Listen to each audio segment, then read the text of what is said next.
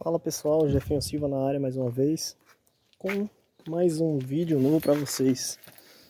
Galera, o vídeo anterior, né, eu fiz um vídeo aqui do Astra, falando a respeito de um barulho que estava no escapamento, né, aquela chapa que ficava batendo ali, né, se você olhar aí o vídeo anterior, eu vou estar falando sobre isso. Mas eu fiz tudo isso, né, aquele processo que estava batendo demais.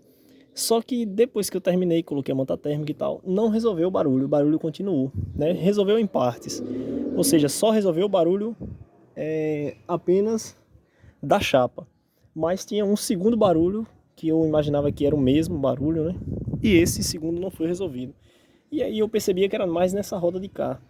E aí cheguei aqui agora, né? Eu fui observando, eu bati na roda para poder analisar, né, o barulho.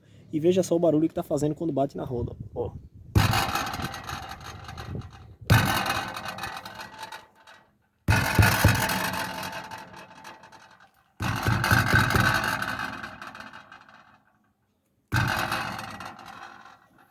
Então, aqui agora para poder resolver esse problema, eu vou ter que desmontar aqui, né, tirar essa roda. Vou ter que ver o que tem aqui dentro desse cubo, né, para poder estar solucionando esse problema. Porque pensa num barulho chato. Imagina aqui, eu batendo devagar já tá esse barulho. Imagina esse carro andando na rua, viu? Olha. O carro tá andando fazendo esse barulho, galera. Então, vamos lá para resolver.